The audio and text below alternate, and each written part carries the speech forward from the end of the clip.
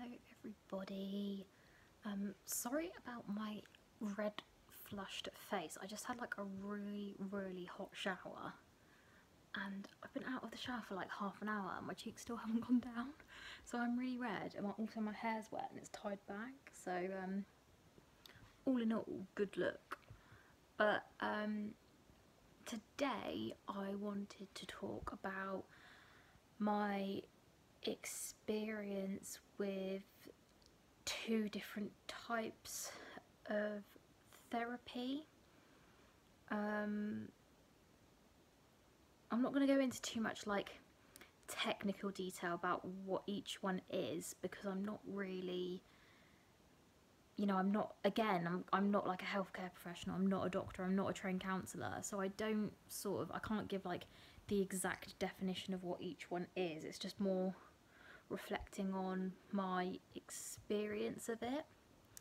So if you watched my diagnosis vlog, which was day 2, I said that when I got diagnosed I was put on 200 milligrams of sertraline, which is quite a high dose, and I also received CBT from the CAMS group because I was under 18.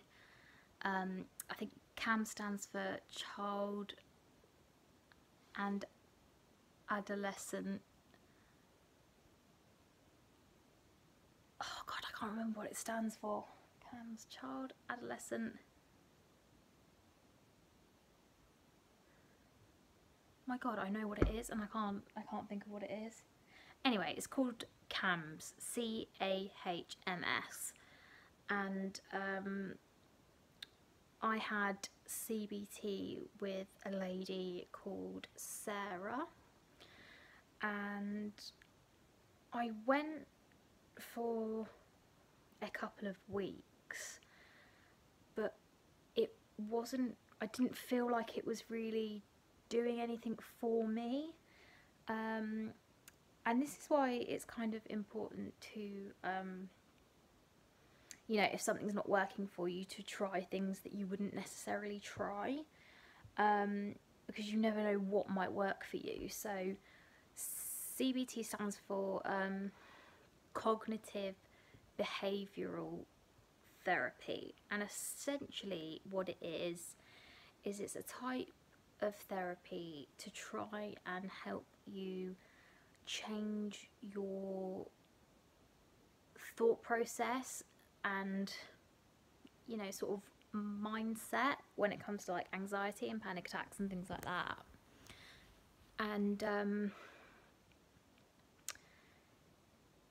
it just wasn't for me. Like, all I felt like I was doing was going to an appointment each week, getting a pat on the back for making it to the appointment, because obviously at this time I was struggling to leave the house. So getting to the therapy sessions at my local doctor's was like a big thing for me. And yeah, I just felt like it was really samey and repetitive, and it was like I'd be telling her my problems, nothing would really be getting better, yet it would be sort of broached to other people like my mum and things like that I was getting on really well. And even my mum was like, but she's not getting better, she's just as bad as she was however many weeks ago. And I did really try and stick at it for a good few weeks, probably about 4 to 6 weeks, going once a week, and it just didn't help me. I just felt like I was just telling someone my problems, and the only thing I was getting back was just like repetitiveness, like you need to do this and you need to think like this, blah blah blah, but it wasn't really helping me. So it just didn't work for me, but it does work for some people. So I then saw a private counsellor, and she was really lovely, bless her. Really, really lovely lady. Um, I would say she probably helped me a little bit more than Cam's did. Um, I guess in terms of like, I guess the quality of the service that I was receiving, it felt a lot more tailored down to me rather than just like a general, um, you know, set of requirements that every person gets no matter what they're suffering from, kind of thing. It felt a lot more individual. Um, so I kind of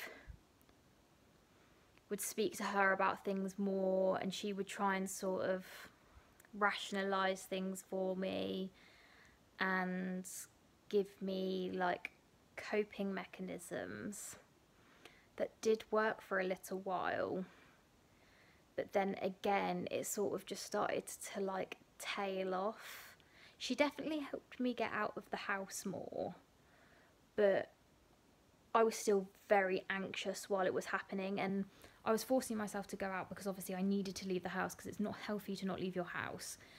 But at the same time, I was forcing myself to go out and I wasn't really enjoying it when I was out. I was just kind of like pretending I was enjoying whatever I was doing, when in actual fact I was just like, I can't wait to go home. Like, I can't wait to go home. So, you know, that's not great either. But in terms of actually leaving my house, it did help somewhat. So I guess that was CBT as well. It was a similar sort of thing, but more tailored to me, probably because it was private. And that's no diss on the NHS either. Like, the NHS are absolutely fantastic. I feel like mental health is just one of those things that's kind of like underfunded. You know, I don't know the facts and figures on it, but the people I have come across through the NHS with my mental illness, they have been like willing to help, and tried their best, but it just wasn't what the service that they were providing just wasn't working for me. So yeah, so I had the NHS CBT, private CBT, and then my mum told me about this thing called Reiki. Now, Reiki is an alternative therapy.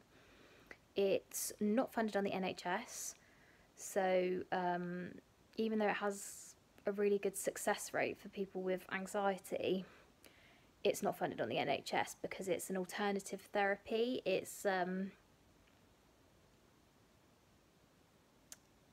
not that it's like not backed up by medicine, but I guess it's a more holistic approach to anxiety and things like that, like to, you know, as a therapy. And honestly, when I first heard about it and I heard what it was, I was basically like, Mum, you can't actually be serious. Like, this sounds like some hippie kind of thing that's really a bit like out there, and I'm just not sure about it, and it just seems a little bit like it's going to be really weird and things like that. But I gave it a shot anyway, because when you're, at least when I was suffering with anxiety and depression, I would try anything to try and help me. So I didn't completely sort of say, no, that sounds weird, I'm not doing it. But I was hesitant about it working, I guess is the right way to describe it. So Reiki is kind of all about energies. So I guess you do have to have a certain level of sort of spiritualism to feel the benefits of it. But even though I was really hesitant about it, this is the thing that was the real turning point in my anxiety. It's just so good. So yeah, it's basically all about energies, and the Reiki sort of instructor or teacher um, kind of passes these positive energies to you. So part of it is like mindfulness and rationalizing things, and visualizing, and then there's also grounding as well.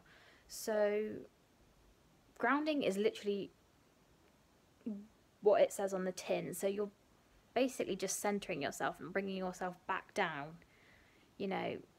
rooting yourself into the ground through like concentration and meditation to just calm down, de-stress, and just level yourself out.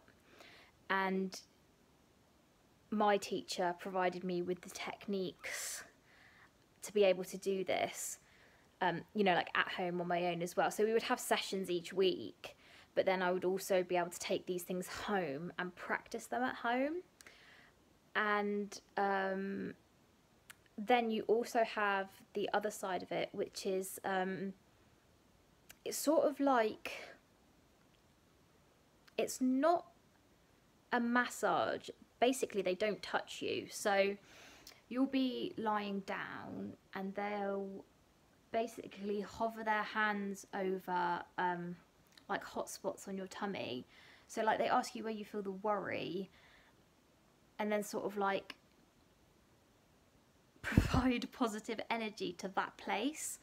And no joke, you can actually feel the warmth going over you. It's really, really bizarre because they're not touching you, but where they're concentrating on, you feel that area become warm. It's the most bizarre thing, but really, really relaxing. And while they're doing that, they're sort of giving you like positive affirmations, repeating positive things to you, like, you're strong and you're going to be okay and things like that. And you actually, or I at least, I'm obviously quite susceptible to it because I go into like a deep like hypnotic state. And when you're in a deep hypnotic state, the things that they're saying go into your subconscious. So you're getting these positive affirmations into your subconscious, so you don't even have to be thinking about them, but they're going on in your subconscious. It's really, really bizarre, but it makes you feel really, really a lot better afterwards. And that, together with the techniques and grounding and mindfulness that he taught me, it was literally amazing, and it made me feel so much better and gave me the tools to really basically grab my anxiety by the balls and just help me cope better. And it was amazing. So I guess basically what I'm trying to say with counselling is try different things. Try things that you think might not work, or you initially hear about it and you're just like, what? Because that's what I was like with Reiki, and then Reiki ended up being the thing that was like the complete turning point and made me feel so much better. So don't, discredit anything before you've done it, because you don't know until you try. And I think other people who are suffering with anxiety and depression similarly to me, in your heart that you would do anything to make your anxiety and depression better. So try things, because you never know what's going to be the thing that is the turning point for you. And that really was the turning point for me. It took me a while to get to it. Tried a few different therapies before, but that worked really well for me. So if you want to sort of look up Reiki, because I don't know the technical meanings for things like that. So Reiki is spelled Reiki, and you can read all about it if you want to. And then the CBT, again, just to reiterate, if you want to look up that as well, is cognitive behavioural therapy. So if you want like the science or like the proper meanings of them, I would give them a Google, because you know, like I said, I'm not a doctor, so I'm not going to be able to give you like the full rundown of what they are and what they're, you know, meant to do. I'm just sort of speaking from my own experiences. I don't have regular therapy anymore, because especially from the Reiki, I feel like I've kind of got the tools that I need to, you know, to cope. However, sometimes I do go and have one-off Reiki sessions,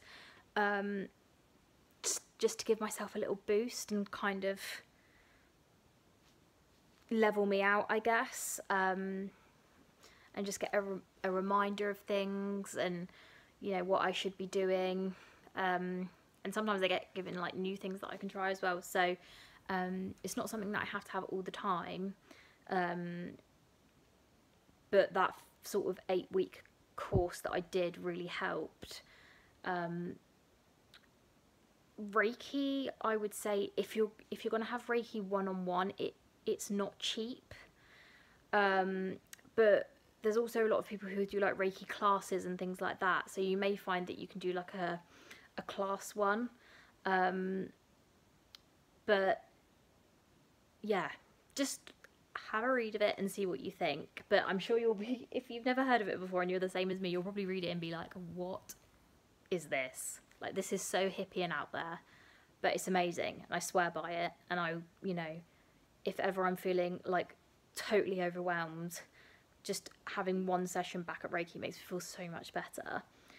So yeah, that was the video about the therapies that I've tried. Let me know if you've tried anything, you know, either alternative or not, that's really, really worked for you. I know some people swear by acupuncture, which I've never had, but some people say that's really good. Also reflexology, so like massage of the feet. Like, you can have pressure points or like zones in your feet that when you have these reflexology sessions can kind of make you feel, you know, more relaxed. So I have heard of those two, but I've never tried them. But if there's any more, like, comment it down below, because I'd love to hear about it, because I'm really interested in therapies now, especially from other people's points of views who've had them done. So yeah, this was day 9, so I'm going to be in double figures tomorrow. This is just crazy, but I'm really, really enjoying it so much. And the engagement and messages I'm getting from people it's just amazing. I've had such a good response to this. I'm so, so grateful, because I never thought I'd get like this response to it. And the fact that people are still viewing them and tuning in each day is just amazing. So thank you so much for all the support. It's incredible. I'm going to sign off now and try and get this uploaded. And I will see you tomorrow for day 10. Bye.